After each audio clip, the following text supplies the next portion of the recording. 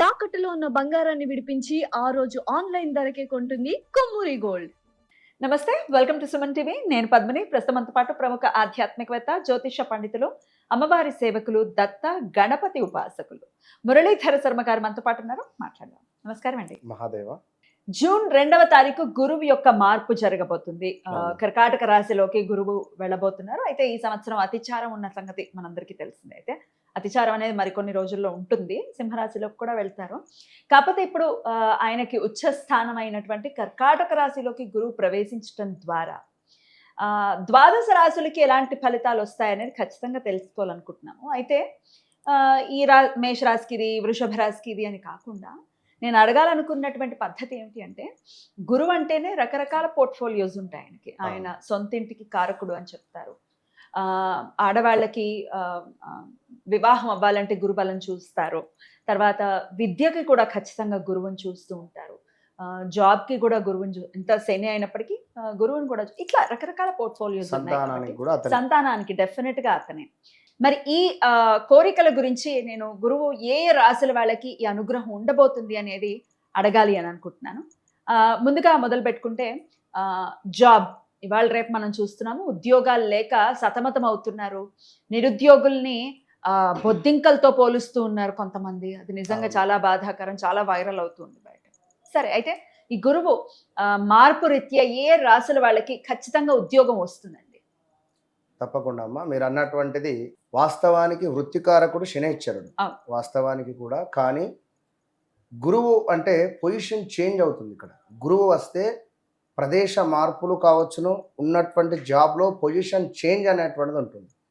So శనైశ్వరుడు ఏమిటి అంటే, ఉన్న పొజిషన్ను ఏమైనా డౌన్ఫాల్ చేయడం కానీ, ఉన్న పొజిషన్లో మనకేమైనా ఇబ్బందులు క్రియేట్ చేసేటువంటి సిచ్యువేషన్స్ కానీ పెడతాడు. కానీ గురువు అంటే శుభకారకుడు. మీరు అన్నటువంటిది ఉన్నత విద్యలకు గురువు అధిపతి. విదేశాలకు వెళ్ళాలనుకున్నా కూడా వాస్తవానికి గురువుది, కేతువుది బలం ఖచ్చితంగా కావాలి. అదేవిధంగా సంతానకారకుడు. గత ఇయర్లో చూసుకుంటే 2025లో మిథున రాశి వారికి గురువు ఇచ్చినటువంటి ఫలితం ఏమిటి అంటే, ఒక వివాహము, సంతానం. లేదా మిథున రాశి వారికి సంబంధించినటువంటిది పిల్లలకు వివాహాలు చేయడం కానీ, మిథున రాశి వారి తల్లిదండ్రులు ఉన్నారు, వాళ్ళ పిల్లలకైనా కూడా అది వర్తిస్తుంది. పిల్లలకు ఉన్నత చదువులో, పిల్లల యొక్క మన వివాహానికి సంబంధించిందో ఇలాంటి ఏదైనా. ఎట్ ద సేమ్ టైం 2024లో వృషభానికి వచ్చింది. వృషభం వారికి కూడా అది లగ్నాత్ గురువు రావడం ద్వారా పంచమ స్థానము వారికి ఇచ్చే రిజల్ట్ వారికి ఇచ్చింది, సంతానం కలగటం. ఎస్, అంతకు ముందు 2023లో మేషం.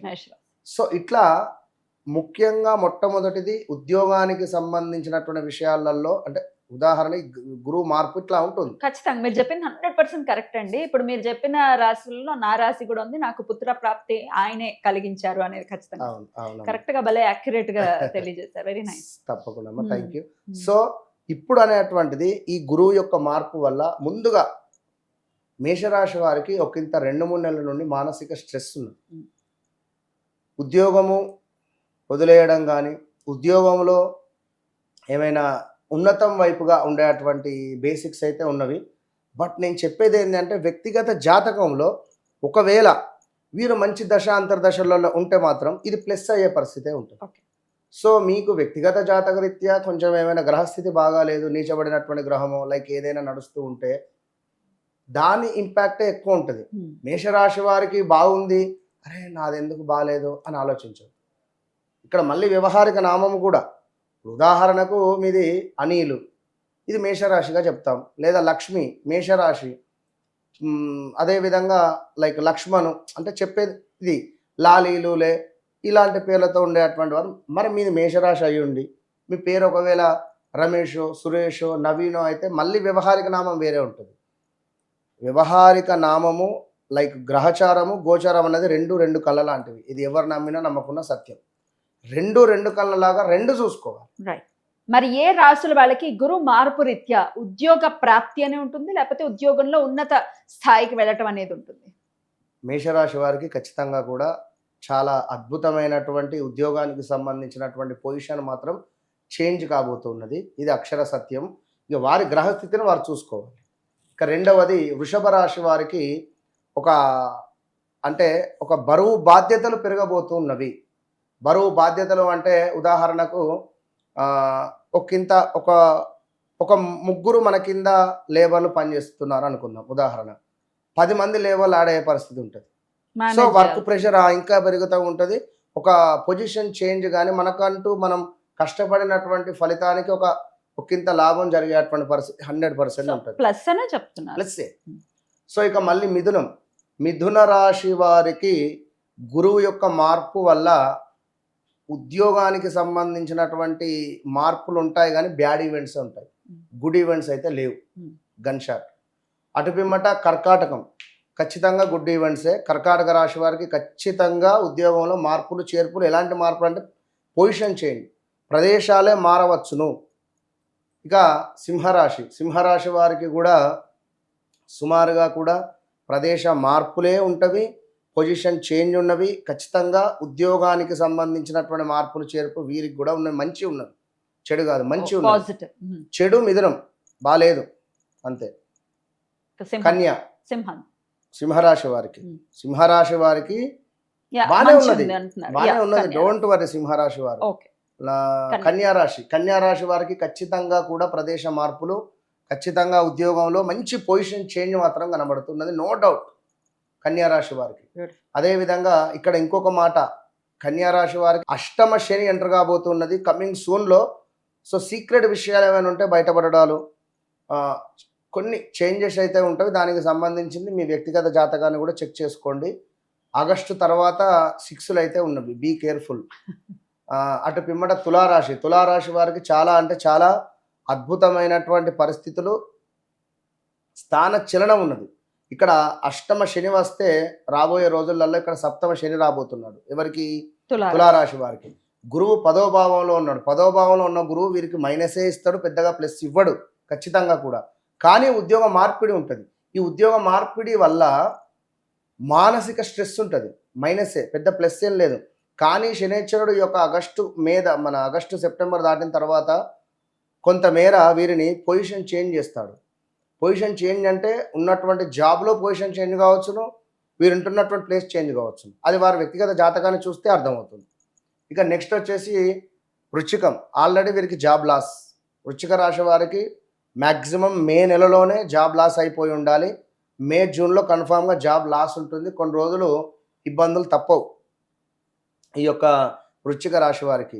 ఇక ధనస్సు రాశి వారికి ఆల్ ఆఫ్ సడన్గా ఉద్యోగం లాస్ అవ్వడము, ఉద్యోగంలో స్ట్రెస్ ఫీల్ అవ్వడము, అసలు ఈ ఉద్యోగం నేను చెయ్యొద్దు, నాకు అవసరం లేదు ఈ ఉద్యోగము అనేటువంటి విధంగా అనిపించడము. గత 2 నెలల నుండి అయితే తీవ్రంగా వీరు బాగా ఆలోచించేటువంటి పరిస్థితులలోనే ఉన్నారు. ఈ యొక్క ధనస్సు రాశి వారు మీకు మైనసే ఉన్నది ఈ ఉద్యోగ గురువు యొక్క మార్పు వల్ల. అటు పిమ్మట మకర రాశి వారికి ఖచ్చితంగా ఉద్యోగ మార్పిడి 100కు 200% ప్లస్ స్థానచలనం. సప్తమ స్థానంలో గురువు రావడం. ఎప్పుడైనా ఏ గ్రహము సప్తమ స్థానంలో వస్తుందో ఖచ్చితంగా మనం ఉంటున్న ఇల్లు చేంజ్ అని అవుతాం, జాబ్ చేంజ్ అని అవుతాం, జాబ్లో మంచి పొజిషన్కైనా వెళ్తాం. ఎగ్జిక్యూటివ్గా ఉన్నటువంటి వారు సీనియర్ ఎగ్జిక్యూటివ్ కానీ లేదా టీమ్ లీడర్ కానీ అయ్యేటువంటి ఛాన్సెస్ ఉంటాయి. మకర రాశి వారికి కష్టానికి పడినటువంటి ఫలితం లభించబోతుంది అనడంలో ఎలాంటి అతిశయోక్తి లేదు. అటు పిమ్మట కుంభరాశి వారికి ఖచ్చితంగా కూడా 2025 జూన్, జూలై, ఆగస్టు నుంచి అసలే బాగాలేదు. రాబోయే రోజులలో కూడా నవంబర్ దాకా కూడా బాగుండదు. ఇది రాసి పెట్టుకోండి. ఉద్యోగం వచ్చినా కూడా ఉద్యోగంలో అయ్యో 1 నెల చేసి మానేయడము, 2 నెలలు చేసి మానేయడము, లేదా వాడు సరిగ్గా జీతం ఇవ్వకపోవడాలో ఇవే జరిగే ఛాన్సెస్ ఉంటాయి. మీ టైం వృధా, ఇటు ఎదుటి వ్యక్తి జీతం ఇవ్వకపోవడము, ఇలాంటి సందర్భాలే ఉండే ఛాన్సెస్ ఉన్నవి. అటు పిమ్మట అయితే ఇక్కడ కుంభరాశి వారు ఎవరైనా గవర్నమెంట్ జాబ్ కోసం ఎదురు చూస్తూ ఉండేటువంటి సందర్భాలలో కుంభరాశి వారికి ఖచ్చితంగా గవర్నమెంట్ రిలేటెడ్ జాబ్ వచ్చే ఛాన్స్ ఉంది. ఇక మీనరాశి వారికి ఖచ్చితంగా పంచమ స్థానంలో గురువు కనుక లక్ష్మీ స్థానమే. పాపం 2022 ఆగస్టు నుంచి కూడా తీవ్రమైనటువంటి ఇబ్బందులు పడుతున్నారు. ఉద్యోగం లేక, ఉద్యోగం ఉండి చాలా అన్ని రకాలుగా లాస్ అవుతూ ఉన్నటువంటి వారికి ఖచ్చితంగా రేపు జూన్ 2వ తారీఖు నుండి నవంబర్ ఎండింగ్ లోపు మీకు ఒక పొజిషన్ మాత్రము గురువు ఇచ్చే పోతాడు. అంతే. అద్భుతం అండి, చాలా చక్కగా తెలియజేశారు. ఖచ్చితంగా మరి వీళ్ళందరికీ కూడా సానుకూల ఫలితాలు ఉండటానికి మిగతా ఇబ్బంది పడే వాళ్ళకి సానుకూల ఫలితాలు ఉండడానికి ఎటువంటి రెమెడీస్ చేస్తారు? రెమెడీస్ అంటే అమ్మ వాస్తవానికి కూడా గోచార రీత్యా మనం మన యొక్క జాతక రీత్యా నడిచేటువంటి దశ అంతర్దశలను 1-2 సార్లు చూసుకొని ముందుకు వెళ్ళాల్సినటువంటి అవసరం ఉంది. ఎందుకంటే గ్రహచారము వేరు, గోచారం వేరు. గోచారంలో మనకు గ్రహాలు మారుతాయి, కానీ గ్రహచారంలో గ్రహాలు మారవు. కనుక మన గోచార రీత్యా ఉన్నటువంటి దశ అంతర్దశలను మనం చెక్ చేసుకొని నడిచే దశ అంతర్దశలలో ఓకే, ఆరోగ్యమా, వివాహమా, ఉద్యోగమా, రావాల్సిన డబ్బు రావడమా, ఇవేమిటి అనేటువంటివి మనం చూసుకొని దానికి సంబంధించినటువంటి గ్రహం అధిపతి ఎవరు, దాని ప్రత్యాధిపతి ఎవరు, వాటికి సంబంధించి ఖచ్చితంగా కూడా జపమో, దానమో, హోమమో మన శక్తానుసారం మనం చేసుకోవడం ద్వారా మనకు 100% రిజల్ట్ వస్తుంది. మరి గోచారంలో గ్రహాలు మారుతున్నవి ఇక్కడ. మరి మారేటువంటి సందర్భాలలో కొన్ని రెమెడీస్ పనిచేస్తాయి, కొన్ని రెమెడీస్ పనిచేయవు. పనిచేయని రెమెడీస్ ఎట్లా పనిచేయవు? వీరి జాతకంలో బాధకుడి యొక్క దశ నడుస్తుంటే గోచారంలో ఇవి పనిచేయవు. కనుక మనకు బ్యాడ్ నేమ్. కనుక నేను చెప్పేటువంటి విషయం ఏమిటి అంటే ఒక్కసారి చెక్ చేసుకోండి, మీ జాతకాన్ని చెక్ చేసుకోండి. గురువు అంటే గురువారం, గురువారం పసుపును దానంగా ఇవ్వడం, పసుపు రంగు యొక్క రక్షను కట్టుకోవడం, గానుగాపూర్ దత్తాత్రేయ స్వామిని ఏమైనా దర్శించడం కావచ్చును, అదేవిధంగా దత్తస్తవం చదువుకోవడం కానీ ఇలాంటివి చేసుకోండి. ప్రతి గురువారం గణపతికి 4 అరటిపళ్ళను దానంగా ఇవ్వండి, ఎల్లో రంగు వస్త్రాలను ధరించండి, గంధం బొట్టు పెట్టుకోండి, మంచి రిజల్ట్ ఉంటుంది. రైట్, చాలా చక్కగా తెలియజేశారండి. కృతజ్ఞతలు. నమస్కారం. మహాదేవ్.